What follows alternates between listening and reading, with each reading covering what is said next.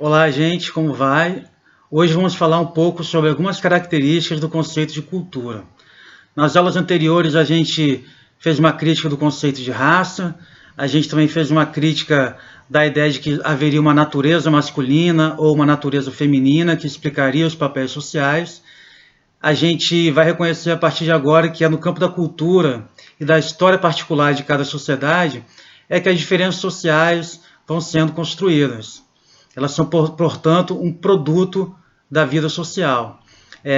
O Roque de Barros Laraia, um antropólogo brasileiro, escreveu um livro chamado Cultura, um conceito antropológico, em que ele desenvolve algumas características fundamentais desse conceito de cultura. Então, uma das características importantes é que a cultura ela condiciona a visão de mundo dos homens. A Ruth Benedict, uma antropóloga norte-americana, escreveu na primeira metade do século XX até meados do século XX, ela disse que entre os olhos dos homens e o mundo que a gente observa existe o filtro, que é o filtro da cultura. Então, por exemplo, só para dar um exemplo etnográfico, né, para vocês, um leigo, alguém que não está acostumado a pescar, se for começar a fazer uma pesquisa entre pescadores, vai perceber que não consegue enxergar algumas coisas que os pescadores veem no mar. Então, por exemplo, é difícil você distinguir um cardume de pescadinha de simplesmente uma areia que está sendo remexida ali pelas ondas no mar, na beira do mar, quando você está, por exemplo, observando um cerco de arrasto. Então é o mesmo mar, mas simplesmente porque o olho do leigo não está treinado, ele não consegue enxergar coisas que um pescador consegue enxergar. Esse mesmo livro do Roque de Barros Laraia, Cultura, um conceito antropológico, ele fala de uma situação, por exemplo, em que pessoas de duas nacionalidades diferentes, uma vai jantar na casa da outra, e segundo o costume da pessoa que está sendo convidada, ela sempre deve aceitar comida enquanto estiver oferecendo. E o costume da outra é que ela sempre deve oferecer comida ao final da refeição. Então, numa situação dramática, o convidado podia comer até passar mal, porque a cultura dele diz que ele nunca deve dizer não toda vez que oferece, e a cultura do anfitrião diz que ele deve continuar oferecendo comida até o fim da cerimônia, da festa, e assim por diante. Dizem também os etnógrafos que os esquimós eles conseguem distinguir tonalidades de branco que a gente não distingue, que a gente coloca todos dentro da mesma categoria de branco. Então, quer dizer, por causa da história particular de cada sociedade, por causa dos interesses de cada cultura, o que a gente pode enxergar, o que a gente pode perceber no mundo é completamente diferente.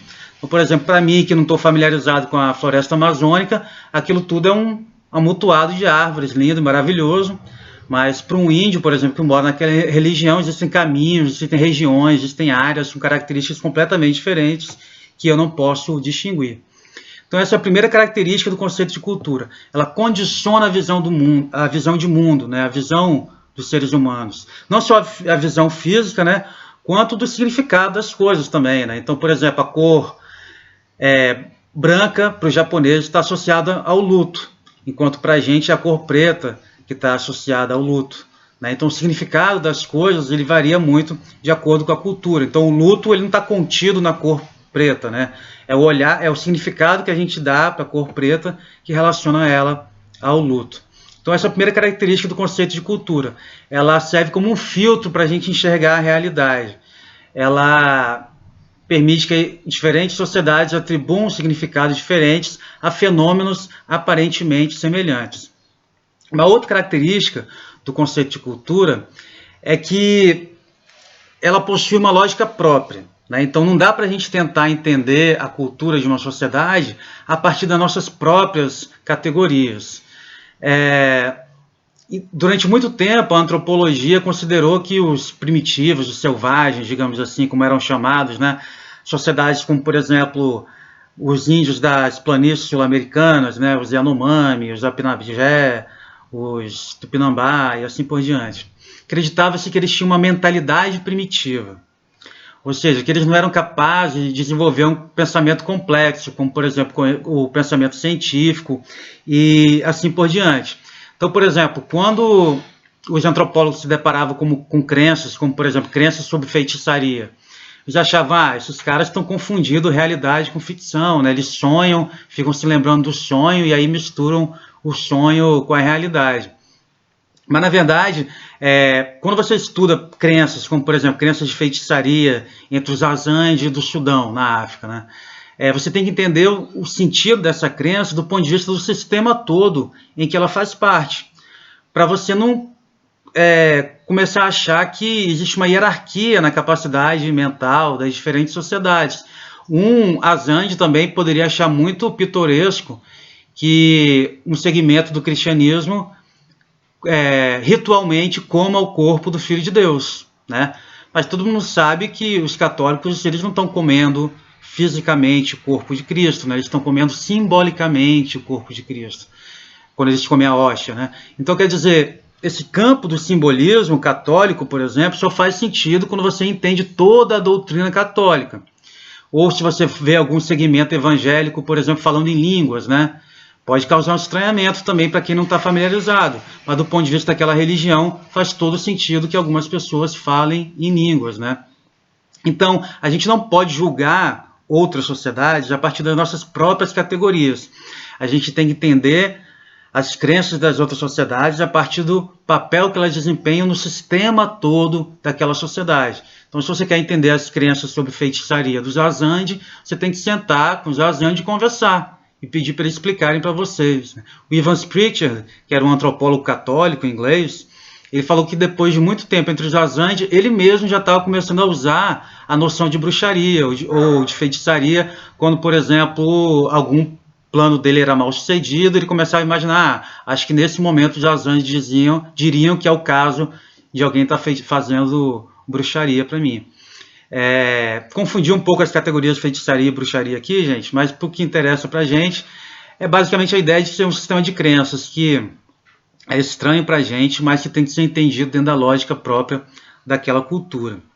Então a cultura, ela tem uma lógica própria, ela condiciona a visão de mundo dos homens e ela também afeta o plano biológico. De que forma? Vejamos, para a gente falar de novo da crença em feitiçaria, né?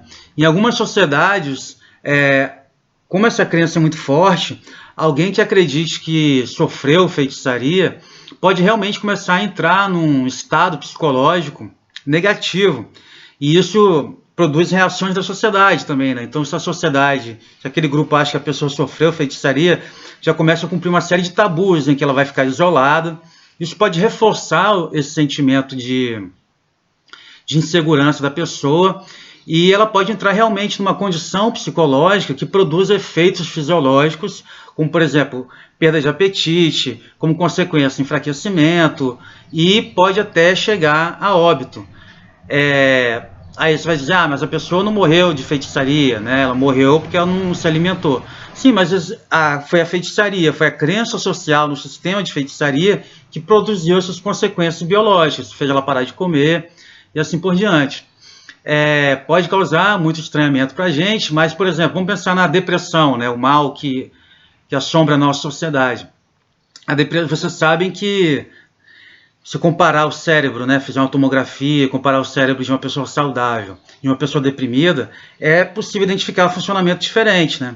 Agora, essa depressão, ela pode sim ter uma causa fisiológica, né? Algumas pessoas têm níveis baixos de determinadas substâncias químicas e precisam complementar com remédios, mas às vezes é um acontecimento social, né? Pode ser a perda de um parente querido, o fim de um relacionamento, a perda de um emprego.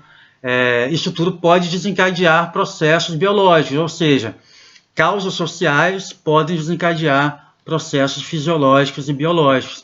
Então é verdade que, se por um lado a gente não pode explicar as diferenças entre as sociedades a partir da ideia da natureza, a ideia de raça, etc., por outro lado é verdade que a cultura ela pode afetar o funcionamento fisiológico do corpo humano, ok?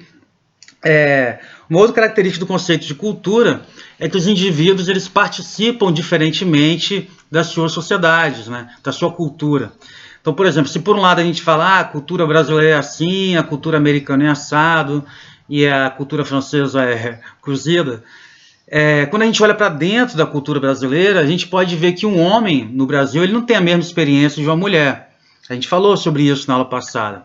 Uma pessoa branca no Brasil não tem a mesma experiência de uma pessoa indígena, de uma pessoa preta, uma pessoa rica, uma pessoa pobre, uma pessoa católica, uma pessoa evangélica, uma pessoa que é do candomblé ou da umbanda, apesar de serem todos brasileiros, compartilharem alguns códigos mínimos, então ele sabe, todo mundo sabe que de manhã tem que dizer bom dia e de noite tem que dizer boa noite, por exemplo, eles participam da cultura de uma maneira completamente diferente.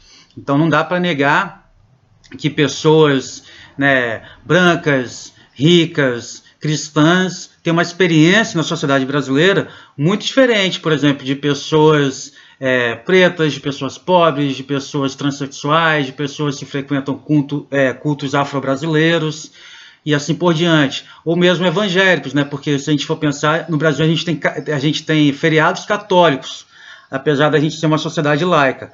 Não tem feriado evangélico, né? Por exemplo. Ou talvez tenha hoje em dia já em alguns municípios, né? Mas não feriados nacionais. Bem, eu acho que não tem que ter nenhum feriado religioso, né? Se a gente está numa sociedade laica. Mas a gente não pode deixar de verificar que, dependendo de onde você de que lugar você participa da sociedade brasileira, você vai ter uma experiência diferente. Então, é verdade que se a gente compara o Brasil com os Estados Unidos, dá para ver diferenças entre as culturas, né? A gente vê nos filmes, por exemplo, né? Por exemplo, em relação às refeições, né? Os americanos têm um negócio de comer muito, né, no café da manhã, e aí eles lancham um sanduíche, né, de tarde, na hora do almoço, né? A gente, se não comer arroz e feijão, a gente vai morrer, né? Não, parece que não comeu, né? Quer dizer, isso tudo são hábitos culturais também, né? Então, é verdade que, se por um lado existe, a gente pode falar, em certo sentido, isso tudo, gente, depende da perspectiva que a gente toma, né? Se a gente dá um zoom mais afastado, a gente vê um padrão na sociedade brasileira e pode comparar com os Estados Unidos, por exemplo. Mas se a gente chega mais pertinho da sociedade brasileira, a gente vê uma série de diferenças. De maneira que, imagina como é diferente a vida de alguém que mora na fronteira do Brasil com a Colômbia e de alguém que vive na fronteira do Brasil com o Uruguai. Mas todos são brasileiros, né? Depois, mais adiante, lá no terceiro ano, a gente vai ver como essa ideia de uma cultura brasileira, em certo sentido, é uma forçação de barra, essa ideia de uma cultura nacional, porque existe tanta diferença, né, identificável. E por fim, gente, para a gente terminar esse vídeo, desculpa eu ficar olhando aqui para o cantinho, é porque senão eu esqueço também. A cultura ela é dinâmica, né? A cultura está sempre mudando. Essa discussão é importante, gente, porque quando a gente vai discutir, por exemplo, direitos de povos indígenas, muita gente fala, mas os índios hoje em dia estão usando celular, estão andando de carro, nem índios eles são mais. Engraçado, né? Porque o Brasil ficou independente em 1822. Desde então, a nossa cultura mudou muito, né? Mas a gente continua acreditando que a gente é brasileiro. Então, parece que a nossa cultura pode mudar sem a gente perder nossa identidade. Mas se os índios mudam a cultura deles, eles estão perdendo a identidade deles. Então, isso é um tipo de preconceito que a gente tem sobre a cultura indígena, uma ignorância que a gente tem sobre a cultura indígena, de imaginar que elas têm que ficar sempre congeladas no tempo, né? E que é a sociedade ocidental que progride o tempo todo. Não, gente, toda cultura muda. O que acontece é que a gente tem uma ideologia do progresso, né? A gente acredita que a gente está sempre revolucionando as tecnologias e caminhando para um mundo em que a gente controla cada vez mais a natureza, e que é um mundo cada vez melhor, por definição, né? A gente acredita que nós somos civilizados, né? A maioria dos povos indígenas, eles têm uma outra visão do tempo, não voltada para o progresso tecnológico constante. Para muitos povos indígenas, o mundo é como ele sempre foi. E as mudanças que existem são mudanças cíclicas, do tipo, por exemplo, né, primavera, verão, outono e inverno, mas que se repetem ciclicamente. Então é uma visão mais tradicional do mundo. Agora, não significa que o mundo deles também não está mudando, que não estava mudando antes de 1500. Antes de 1500, gente, o mundo indígena não era um monte de sociedadezinha isolada, olhando uma para a outra com medo, falando uga-uga. Não, era uma grande... era um grande intercâmbio de sociedades que entravam em guerra entre si, mas também comercializavam, casavam entre si, né, da mesma forma que estava acontecendo na Ásia, que estava acontecendo na Europa, e assim por diante. E as sociedades estavam mudando o tempo todo, por mais que elas gostassem de acreditar que estavam vivendo sempre de acordo com a sua tradição. Enquanto, por outro lado, a sociedade ocidental, ela vive basicamente de uma maneira muito semelhante nos últimos 300, 400 anos, né? A ênfase no Estado, na propriedade privada, no mercado, mas a gente acredita que a gente está o tempo todo revolucionando as coisas. Mas, de qualquer forma, toda a sociedade muda. Essa mudança, gente, ela pode ter uma origem interna. Então, por exemplo, vamos pensar na passagem do feudalismo para o capitalismo. Foram mudanças que aconteceram na própria sociedade europeia que produziram essa transformação, né? Surgiu a burguesia começou a entrar em conflito com a nobreza, depois surgiram as revoluções liberais, antes disso já estava acontecendo as revoluções tecnológicas, né, que vão dar origem à Revolução Industrial. Então foram as mudanças dentro da própria Europa que produziram a modernidade. Às vezes a mudança vem de fora, né? Então, por exemplo, no caso dos grupos indígenas, é lógico que já existiam mudanças internas acontecendo, como a gente falou, mas com a chegada dos europeus, essas mudanças elas aceleraram muito, né? Como a gente sabe. Então são essas as características do conceito de cultura, e nos próximos vídeos a gente vai falar de 3 conceitos importantes: o etnocentrismo, o relativismo cultural e o exotismo, e também falar sobre o evolucionismo cultural, que é a primeira teoria sobre a cultura propriamente dita, que também tem alguns problemas, como a gente vai ver. Tá bom? Até daqui a pouco.